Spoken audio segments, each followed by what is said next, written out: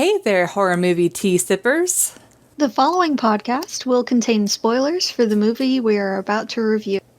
If you have not seen the movie and do not wish to have anything ruined prematurely, then please do not continue to listen until after you have seen the movie. And welcome to the Horror Movie Tea Podcast.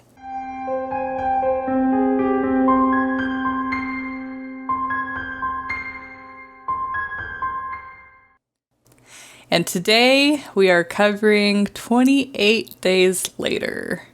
28 weeks later was a request, but we have to do things in order. So we decided to do 28 days. We realized that we hadn't seen 28 Days Later in forever, if at all. I believe this was actually my first time watching this movie. I'm not sure about you, Alyssa. But I don't remember any of this movie. So this was my first time watching it. But it gives us a good idea, a good backstory for when we watch the next one. Yeah, I barely, I remember bits and pieces of this movie, so I don't know if I actually watched it or if I was hearing someone review it or show video clips. I don't know. But But we've seen it now. Yeah. To start us off, I am drinking green tea with lemon flavor and ginseng, and I am using a dinosaur mug. How about you? Meanwhile, I'm sitting here with my I don't give a sip mug with Bigelow's Earl Grey tea with bergamot. Ooh, one of your favorites. Mm-hmm. Oh, and so for those who are listening, we are now doing video podcasts. So if you would like to see our faces, then you can head on down to YouTube. We are Horror Movie Tea, just as we are on Podbean and all the other platforms. So yeah. It'll have our icon and everything. Can't miss it. And though, just a fair warning, I'm pretty much uploading the raw footage. So if you want a clean and pristine podcast experience, then please proceed with the normal podcast listening. But if you don't care and you just want to see a friendly face because you've been in quarantine for too long, then we're here.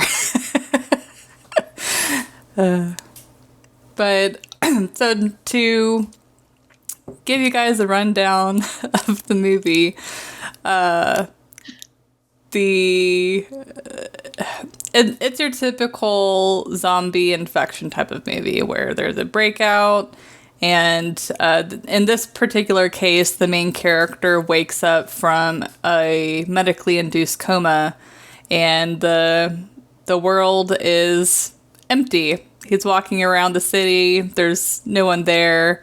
He ends up coming across some zombies, and these two people end up rescuing him, and he joins their group, and it's just following the characters. Like, they end up going to like a military base, and then they move on to trying to get rescued on their own. So I know we're going to talk about it, so I'm not going to go too much into detail, but for those who have seen the movie and need a very quick refresher, hopefully that's enough detail for you. They're surviving an infection. Yeah. Yep. Yeah. So for the entertainment scale, how would you rate this movie? I give it about a 5.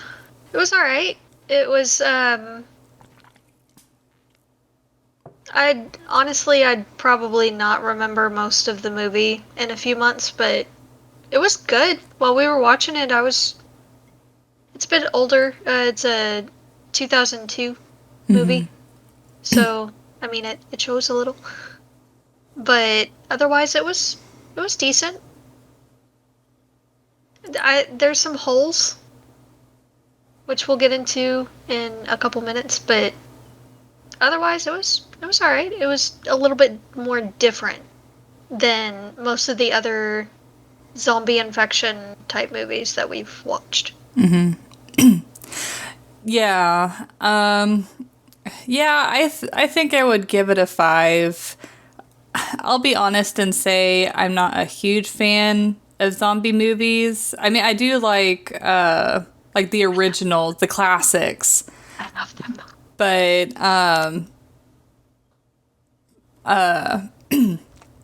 but yeah, the main reason why I enjoy zombie movies isn't really the zombies themselves. So it is kind of cool to see the different variations and ideas, even though they're most of the time pretty much the same. But the character development and how they handle, like, this movie, one thing I enjoy about it is it seems that a lot of zombie movies, it's just the worst of humanity. Even like the survivors are just pieces of shit. But but in this movie, you know, The optimists die. but in this movie, you got to see both sides of the coin. Yeah, that is true. They did have several different kinds of people, and they did show how they all cope, because they do cope differently. The main guy's an optimist, and he's a little naive, especially in the beginning. Yeah. I mean, he's walking around the hospital and the ghost town of a city and yelling out "hello" when he sees all this like destruction and all. I'm sorry, sweetie. Red flags everywhere. Yeah. Why are you yelling out? He's like, this is fine. Whatever badness is out there is going to come get you and eat you. Stop. Well, and then plus, like, even if he didn't know about the infection, it looks like a war zone. Yes. And so you don't know who finds you. Enemies. Exactly. You don't know if they're friend, foe. Like, would you even risk that? Like, I wouldn't. No. Yeah. No. And then the main girl is. A lot of people would probably call her a pessimist. I would call her a realist.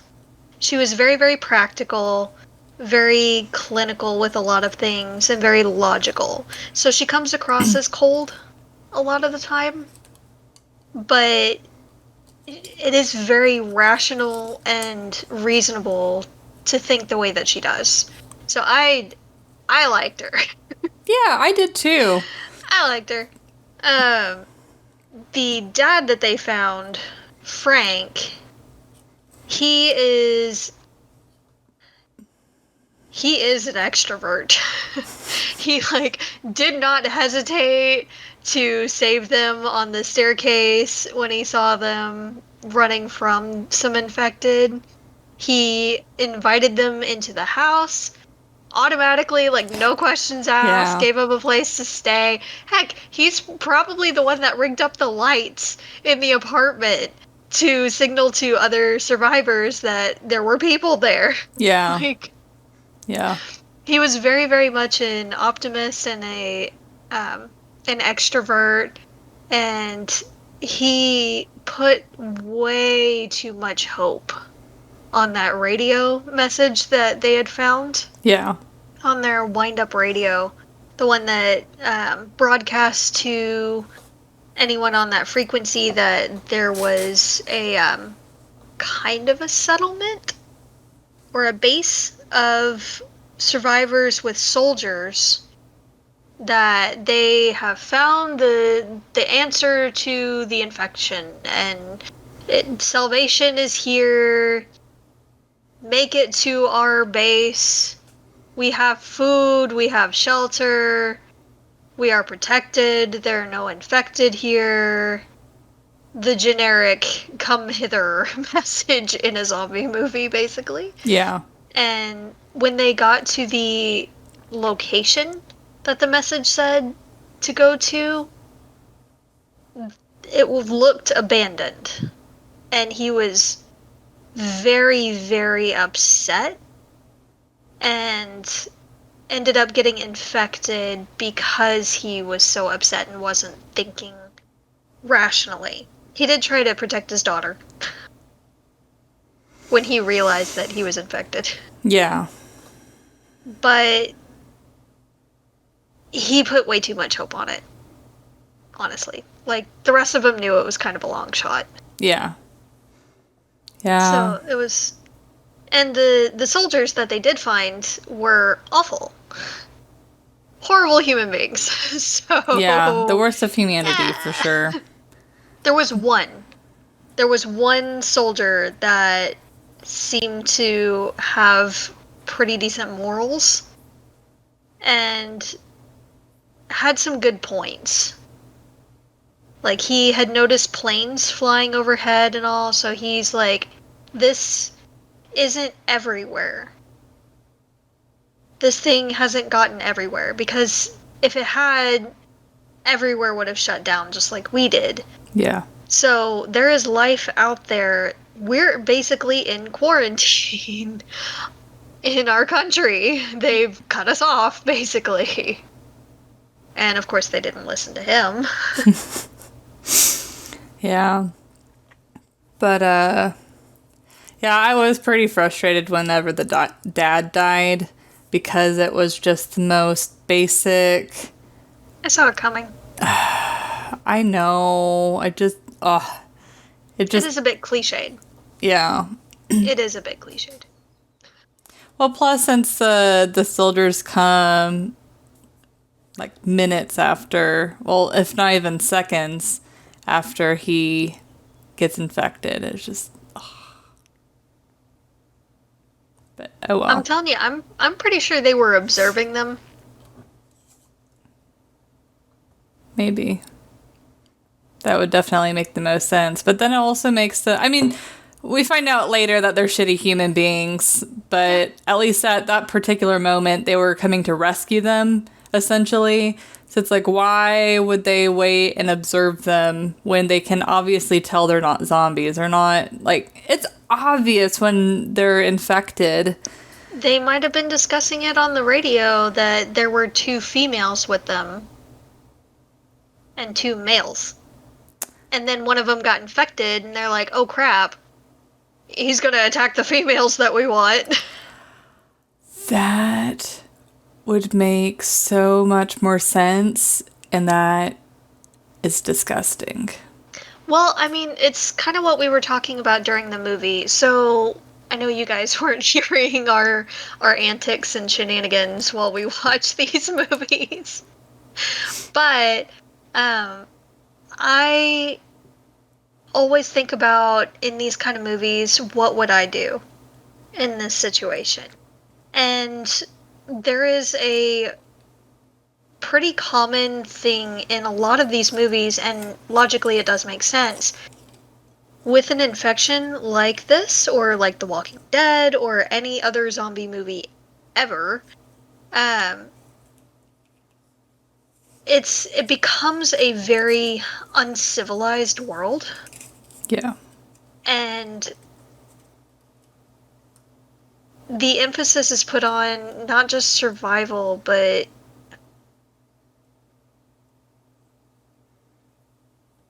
really what it comes down to is I would not want to be in that situation as a girl. Yeah. Because a lot of times the females are often told that they'd be cared for when they do find a group, but then they're basically kept there as prisoners and used horribly. So it's just not a good situation. And throughout this whole movie, as they were like heading towards the location for the settlement and all, I'm sitting here like, I am worried about these 2 girls. This does not sound good. This does not sound promising.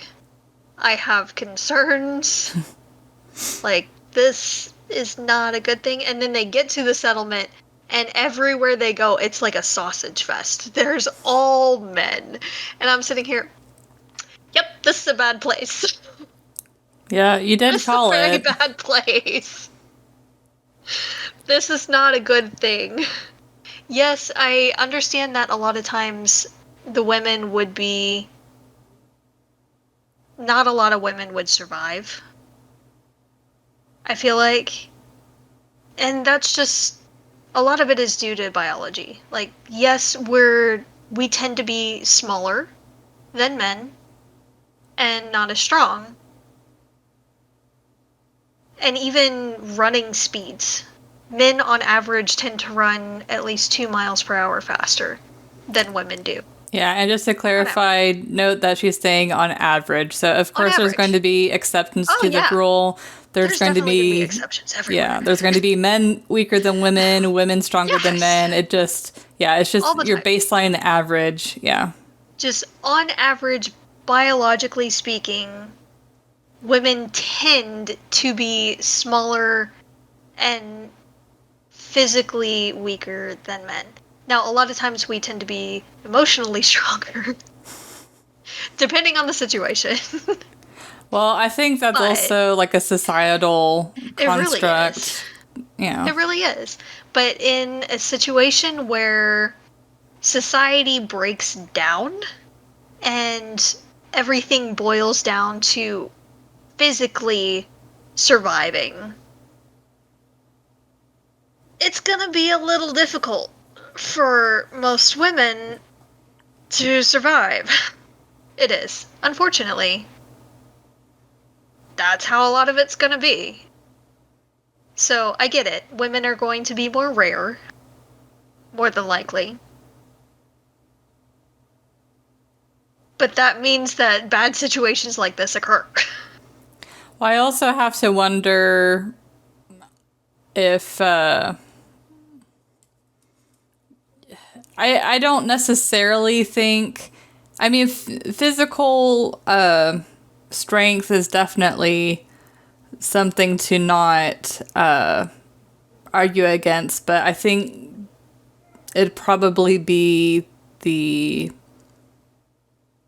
less intelligent people, no matter what their gender is, would probably be more of the first ones to go, or the ones that are so emotionally weak that they can't handle it, and they're like, I got it, I can't do this. Yeah. I definitely agree with that, but at the same time, you can be the smartest person in the world, but if you can't run for a certain distance to get away from the thing that's chasing you, at least until it's distracted, or you can find a vehicle to get away, or another mode of transportation, then you're kind of screwed. I think it kind of depends on what resources are available. Yeah. But really, you need a good combination overall of intelligence and physical strength. Yeah. And endurance. Endurance is going to be one of the biggest things. Your stamina. Yeah. Is going to be one of the biggest things. Which humans,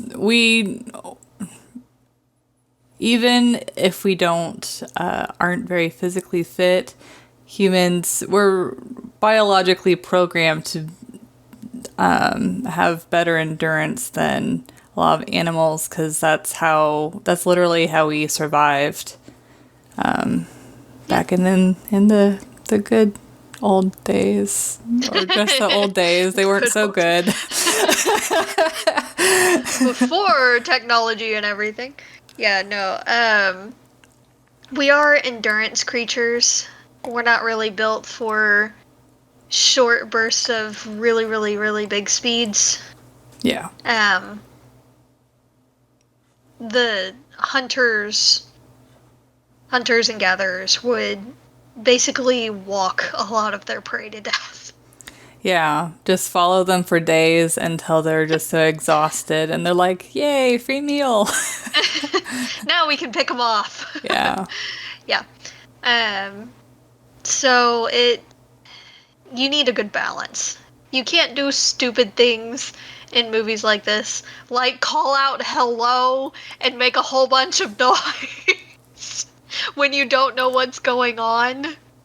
Like, I know print newspapers are on their way out, mostly, but in they're 2002, still just around. To clarify. Yeah. They're still around, especially in 2002. They're still around. So, find a newspaper. There's gonna be some kind of headlines somewhere. We saw a couple flapping around in the street. Yeah, it said an evacuation, I think. Yeah. I remember. Yeah. And he did pick up that one that said evacuation.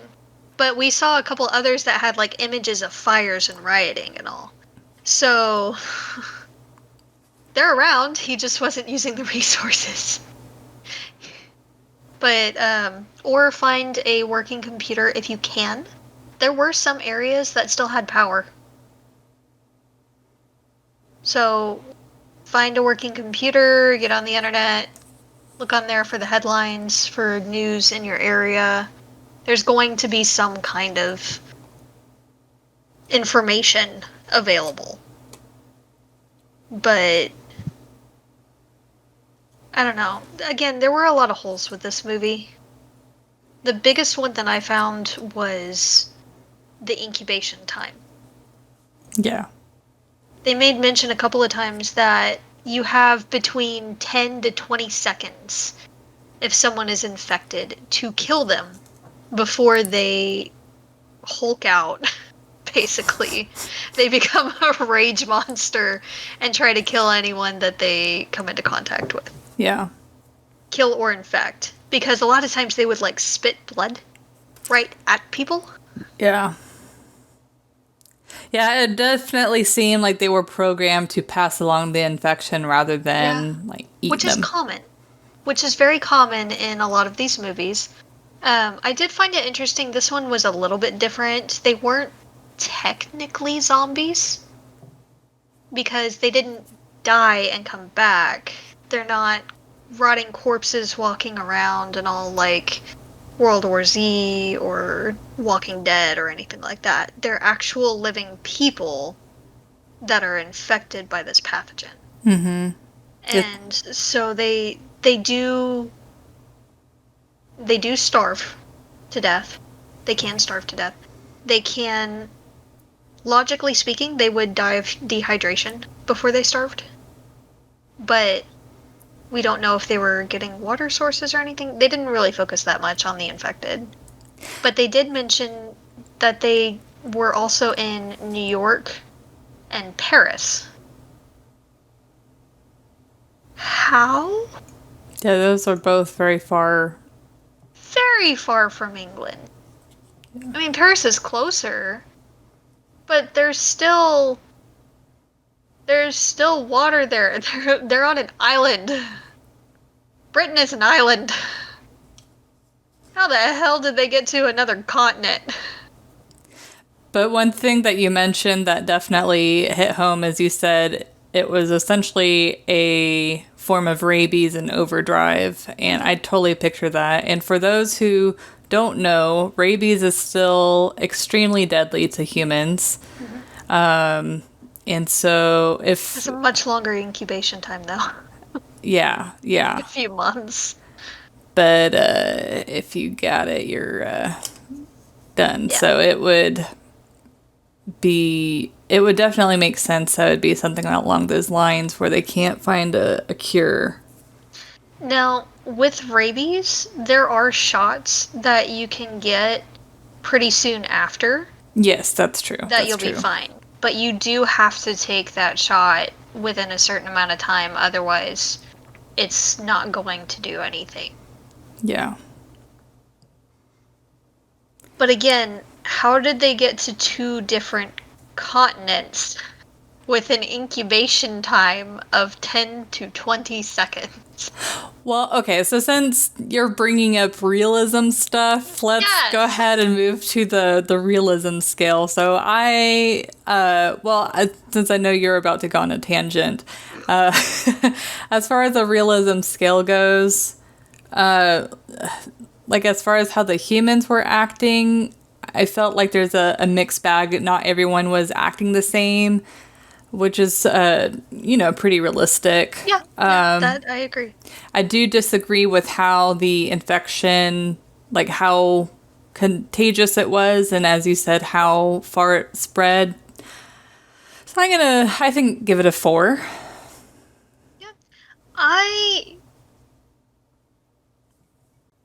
Yeah, I agree. I'd give it a 4.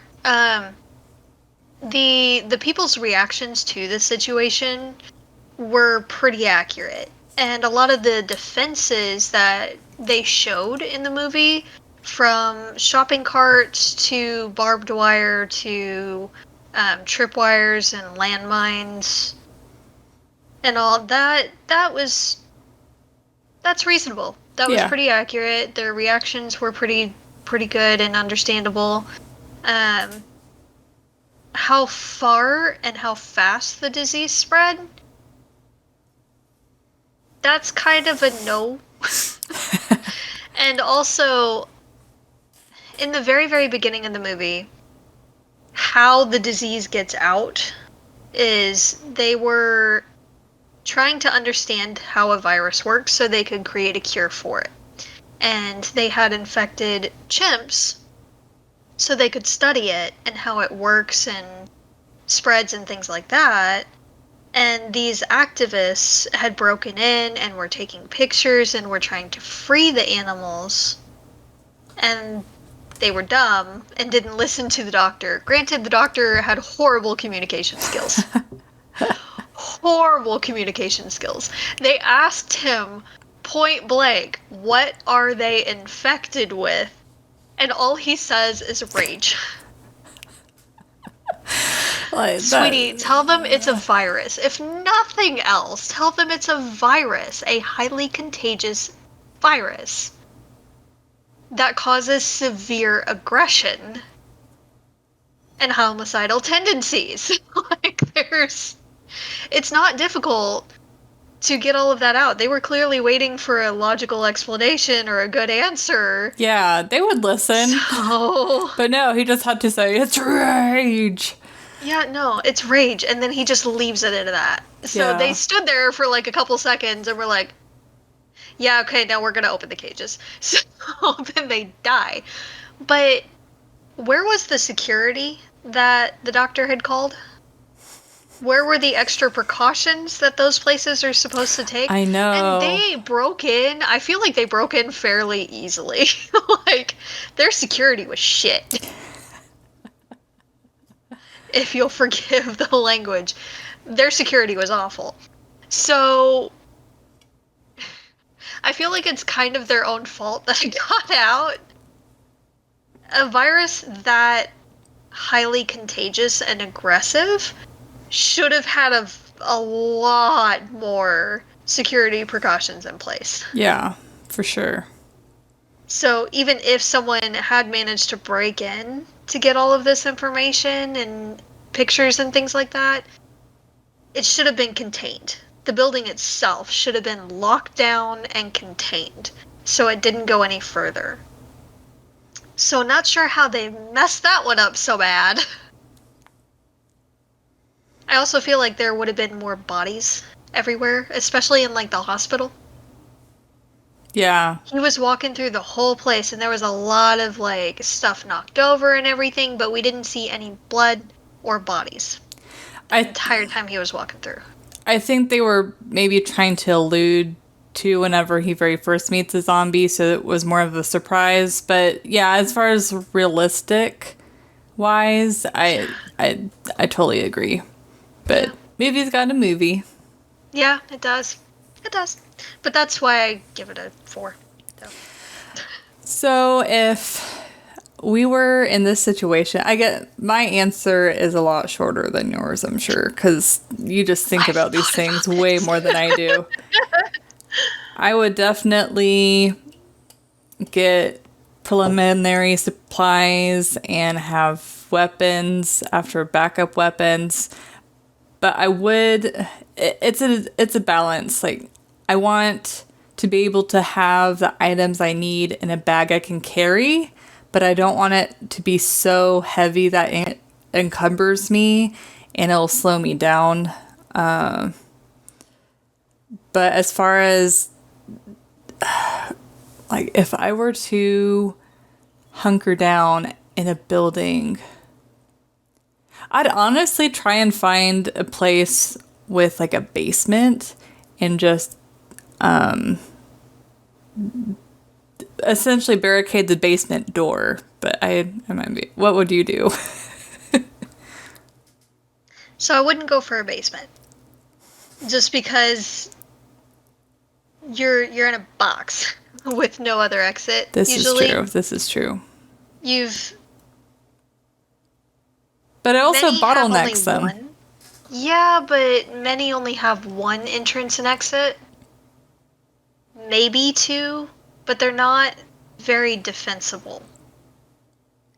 Like the one to the house or the building might be defensible, but the one that generally leads out to the street or outside directly Oh, yeah. is usually not that defensible. And if you barricade that completely, if you lose the rest of the house, you're screwed. Yeah. So I wouldn't really go for like a basement. I'd go for an easily fortified and defensible place, preferably somewhat near a town or city, but not too close to it. Sounds like 7 Days to Die all over again. A little bit. There's a reason why I choose these places in those games. Yeah, if you guys want to learn how to live through a zombie apocalypse, play 7 Days to Die. There's a great game on Steam called 7 Days to Die, and it is a zombie survival game. It's glitchy as hell, though, FYI. It can be. It can be. I think your computer is just a toaster, though. But it is still an alpha, you know? They never... Yeah. Okay, but it's been in an alpha status for a few years. Yeah, and they can make it better, and then... They have. They've had update after update. I'm pretty sure your computer's a toaster. But anyway, you do need provisions, and if possible, the location that you select should have an area that you can designate for growing food. Because you can only scavenge so much, and that stuff is only going to stay good for so long. So you're going to need another source of food. You're going to need a water source, preferably running water, so near a stream or river. So it's cleaner. And yes, you don't need that many clothes. Just some really well-made ones. Yeah. And weapons. Melee are going to be some of the best ones. They're going to be quiet and easy to carry most of the time. And they're going to be the most accessible. They're not going to run out of ammo. They might break, but they're not going to run out of ammo. Yeah. You will need range for backup. So I'd have a stash of bows and arrows for hunting and just for sniping things. Do you think... I have roof access. Do you think that doing a lot of melee weapons, though, would also make you more vulnerable? It can, but it depends on the situation and the type of melee weapon. If you're in a tight space, knives are going to be the best. Yeah. Because you can't exactly swing. Well, if you can, but in some closed spaces, you're not going to have a whole lot of room to swing a bat or a machete. Yeah. So it all depends on the situation that you're going into. I guess with the knife, you could, like, stab them in the eye, and that'd go into their brain, and just... You'd hopefully wear... Yeah, you'd hopefully wear, like, gloves or some sort of thick arm protection to reduce the risk of being bit. If you're going out, duct tape is going to be one of the best resources, by the way. Strong, If you're going out, you need to pad your arms and legs.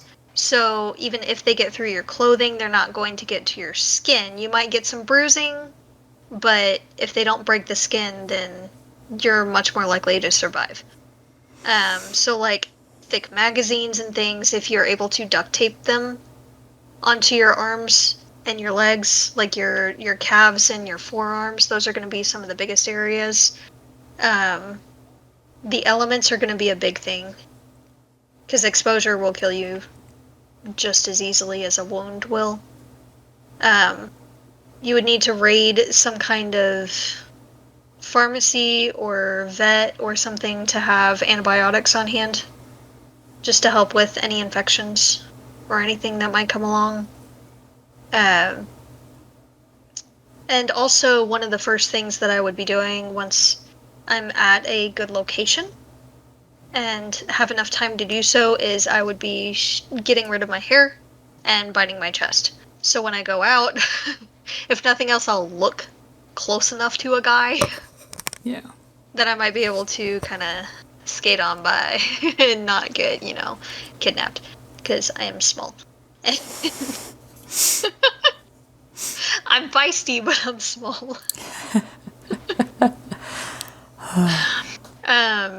And I mean, apart from other projectile weapons that are quiet, like a bow or crossbow, a gun would be helpful. Just make sure if you have multiple guns, it's best to have the same kind of ammo or a very common type of ammo. Yeah. That way, when you do have to go out and try to get more, it's more easily accessible. It's easier to find. Agreed. I think about this too much. Yeah, I'm actually really curious. How would you guys survive a zombie apocalypse? With everything going on, it honestly has kind of felt like we've been going through one. You feel like with your mask and everything, when you go to the grocery store, you feel like you're in it. Yeah, but yeah, I don't know if you guys have seen the photos of like the Louvre or the Vatican when everyone was in lockdown. It's pretty apocalyptic looking, but maybe you guys would have a better idea than what either one of us came up with, and it'd be pretty cool to see what your perspectives and ideas are, and maybe we'll steal them.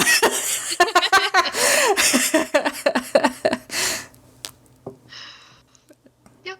So these movies are always very, very interesting to me, but we're also talking about, we know a lot of these movies aren't always accessible to you guys, and quarantine, it grates on your nerves and your mind. Yeah. So I know movies are a way to escape, but so are books. So, I mean, you can't always sit down for a movie. It can get a little old watching the same movies over and over, and if you can't access these, then we're going to start reviewing some books as well and have those on a different day, like once a month. We are going to try to find some that are very, very easily accessible and preferably free to get. So you guys can read along with us. When we find the ones that we're going to read, we're going to post them and let you guys know when we're going to be coming out with the review for it, so y'all can read along with us if you would like. Yeah. And if you have any suggestions or anything on books that are horror-based, then let us know so we can look into them.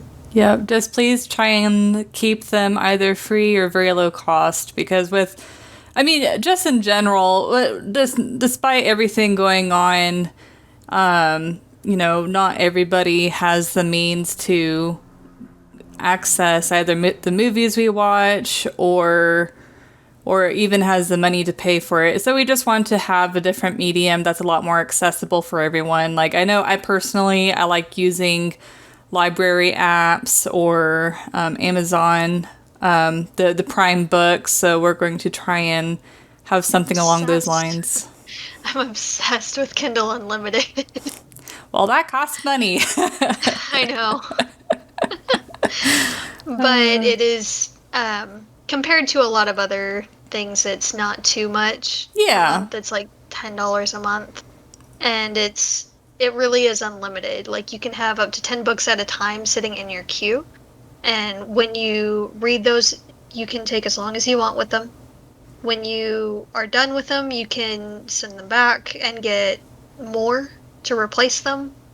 And you can do that as many times as you want in a month. Like, they don't limit it at all. It really is unlimited. And then there's the Prime reading. And then the library app that I use is called Libby, Libby. If you have a library book, if you have a library card, that's all you need. You just download the app, input your library card. Now, your library does have to be connected to Libby. but the majority of libraries nowadays are. And it's so easy. You can borrow as many books as you want, but you have like the 2-week turnaround time, just like you would with a regular library book. And what I do, the majority of the books you can do this with, but not all. I like to transfer it over to my Kindle, and that's how I read the book. And then whenever I return the loan, it just removes the book from my library. So, but yeah. So let us know if you guys have any other suggestions or anything for movies or books. Yeah. Next week we will continue with 28 Weeks Later. We are getting to your request, Brady. We promise. We just wanted to know what happened in the first movie first. Yeah, we wanted our baseline so that way we can judge the second movie and be like, is it better or is it worse? Or is it the same? It is all about the judgment. Yes. Especially with your cup right now. So, thank you guys for joining us again, and until next time, stay safe and stay spoopy. Bye.